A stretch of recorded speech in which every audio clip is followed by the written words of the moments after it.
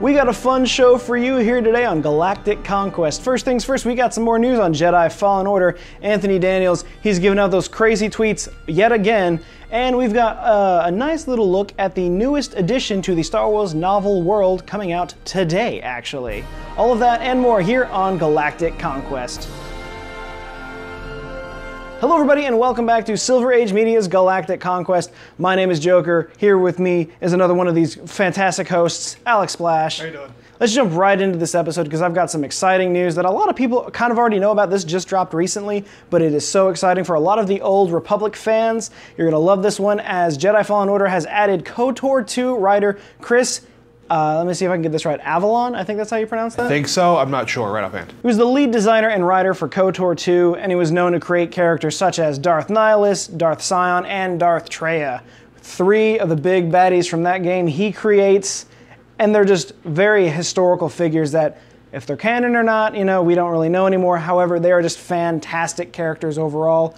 First impressions you hear about this, what do you think this means for Jedi Fallen Order, and what do you think this means for just the game in general?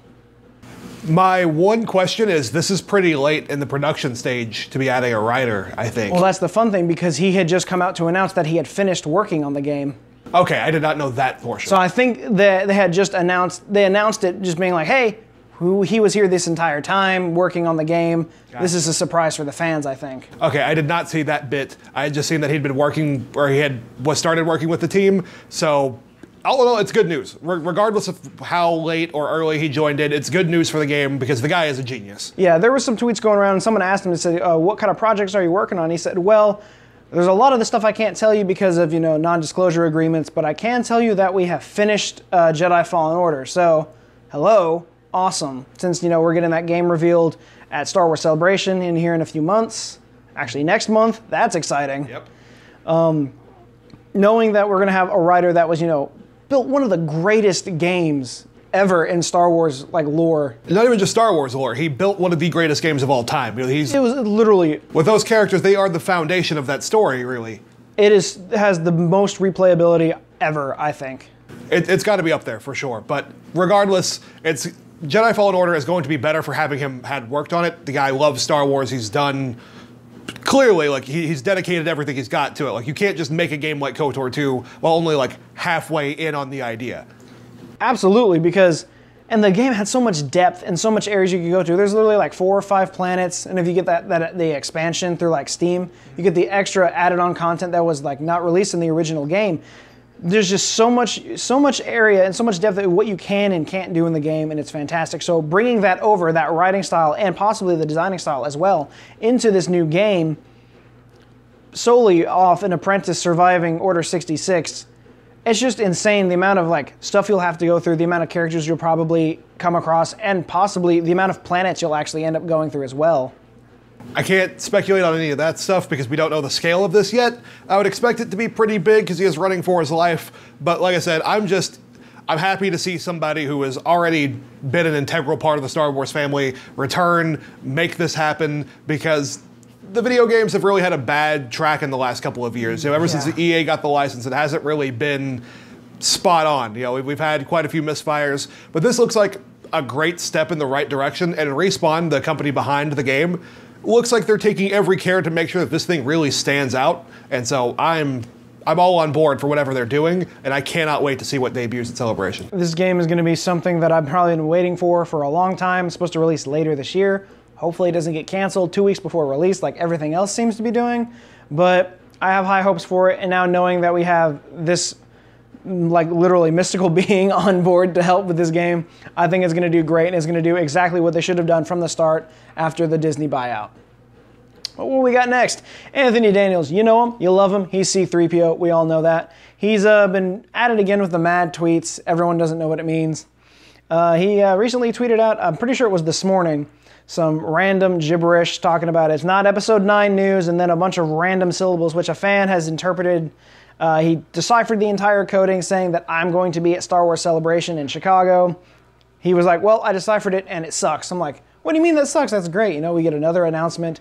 So he's going to be there at Star Wars Celebration alongside, great, we have a lot of people showing up. We got Ian McDiarmid, Billy D. Williams, Ray Park, Boom. Does this mean anything for the fan base? I mean, he's always at everything. He's always willing to be C-3PO at literally anything. Yeah, I mean, I get where the fan could have been let down because you're expecting trailer, episode 9, title, something. Like, we are on the hook for that stuff, but it's happening at Celebration. Like, don't get it confused. And all of that is happening at Celebration. And you shouldn't have to think that just because he's doing something weird like that, that it automatically means episode 9 stuff. I think that's where they're led astray to start with. Anthony Daniels starts tweeting something random. Anyone from Star Wars that starts tweeting something that's just random, it doesn't make any sense, if you automatically assume it's episode 9 footage, I think you're in the wrong, because, you know, it could literally be anything. Star Wars is not the only project that they're tied to. Yes, but he is so intrinsically Star Wars that I think that's where it comes from. I think a character who has survived all 3 generations of the Star Wars media, I think that's really where the idea stems from. And so I understand when people get their hopes up. They're like, oh, you know, the Star Wars and even bigger media companies have just been doing more public reveals and stuff like that. Think what Marvel did with the release dates last year. Like, having Robert Downey Jr. and the team, like they all kind of headed up that release, I guess you could call it. But I think that's where people's heads are now. We're always having to examine what's media pressure, what's something happening because, you know, Disney's back there, puppeteering, whatever you want to call it, just controlling the strings of things. And so every time you see something like this, you're like, oh, this is just a clever way to tease the fans. When really it could just be Anthony Daniels being like, you know what, I was born on a Saturday, and now a month later, I'm still tweeting out cryptic shit. Like, I mean, that would be something he would do, and I can see him having fun doing that. But with that said, I wonder if Disney's gonna take it into account that all the fans were assuming that he was gonna drop anything leaked, be it trailer, the title, any images from episode 9. Do you think they're gonna give it to him to announce at Celebration?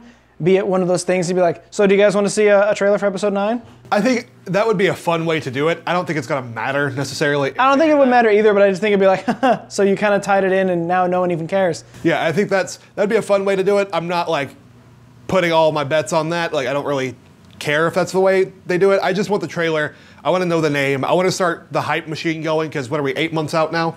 We're 8 months out from the movie, but we're a month out from the trailer. Yeah, so we're at this point where I just want to let this thing ride. I want to get there. Like, this is going to be the longest month of March ever. Like, out of everything, this is going to take forever just waiting for that trailer to drop at Star Wars Celebration. But we got one more story to cover. Let's get into this.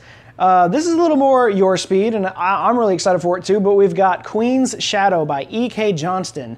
New novel discussing Padme's story. It comes out as of today, as of this video going live, so that's pretty awesome. I don't know if I'm going to get it or not just yet, but I really want to read it. The book entails literally all of Padme's life, spanning from her time becoming queen on Naboo to her untimely fate at the end of Revenge of the Sith. That's not a spoiler. You've seen the movies.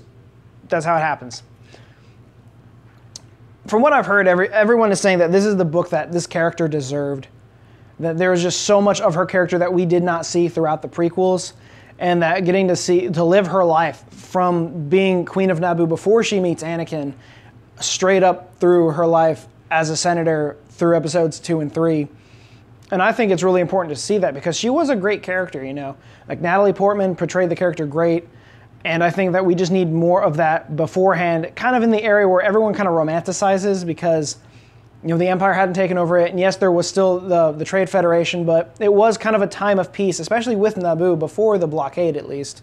So I think that there's a lot of stuff that, like you said, we didn't really get to see when it comes to Padme, because just like we've seen with Carrie Fisher and Princess Leia, now General Leia, going forward in these latter movies, you know, the sequel era, there was a hard-nosed politician behind Padme 100%. to counter the kind of soft spot she had for Anakin and Obi-Wan and that kind of friendship situation, love, whatever. And I don't think we got enough of that in the prequel time. And obviously, it's a movie that's mostly based around the Jedi Order and how that was all kind of falling apart during those few years. But that political side was very interesting, and also kind of glanced over. Other than the stuff that, like, Palpatine made a run, did his thing, came into power that way, we didn't get the other side of it, which was like, what are the smaller people doing in response to it? How is this affecting Padme and on her side that's not just like in love with Anakin? Right, because apparently, like, inside of this, her handmaidens are just as much a character in the book as she is. So that I'm like, because that's cool. I mean, you kind of know what they're there for, but then you really kind of don't. You don't see a whole lot of them besides her doppelganger that plays her through most of the film, which is surprisingly played by Keira Knightley, that I didn't find out until like 10 years later.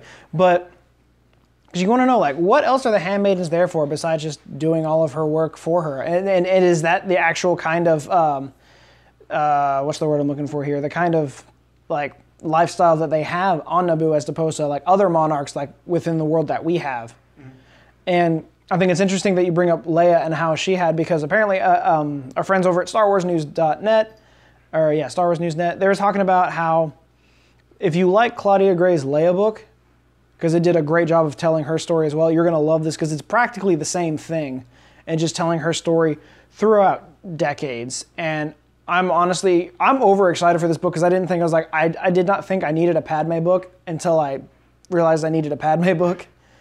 My thing is, I've always loved Padme. Oh yeah, she's wife forever. Especially since I came into Star Wars via the prequels. I think I may have seen Episode 4 when I was very, very young. 2 or 3 years old. Flashes of memory kind of thing. Yeah. But in the like 4, 5, 6, 7-year-old range, I was watching the prequels like constantly. I was watching them all the time. And so, like, I really enjoyed that storyline. Now, obviously, as you get older, you see the flaws and things and don't necessarily like them as much, but I mean, I know where you stand on this, but as a reasonable human being, I can see the issues and the cracks in the prequels. But her character is one that I think still stands the test of time as far as the idea for the character was great. The casting was really good.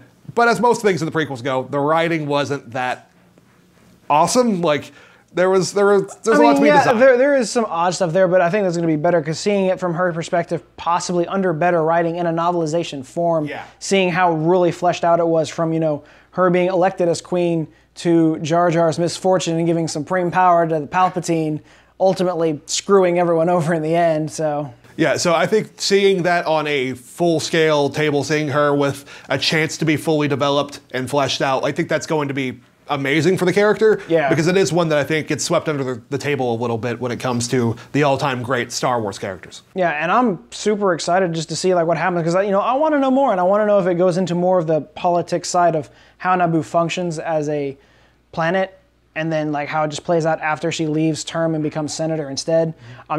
The ideas are endless. And of course, this book is out now. You guys can go buy it today. So please check it out if you have. I mean, it's my birthday. If you're going to do one thing for my birthday, buy yourself that book. Happy birthday. Thanks, man.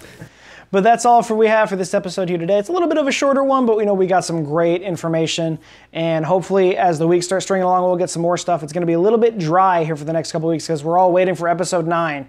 So we're not going to get much until Star Wars Celebration. But whatever we do get, we'll keep you updated. Leave a comment down below. Tell us what you thought. Do you like any of these ideas? What do you think about Fallen Order? What do you think about Anthony Daniels going crazy? And are you excited for Queen's Shadow? Let us know in the comments. We want to talk about it. But that'll be all for this episode of Galactic Conquest. We will see you guys next week. And remember, may the Force be with you.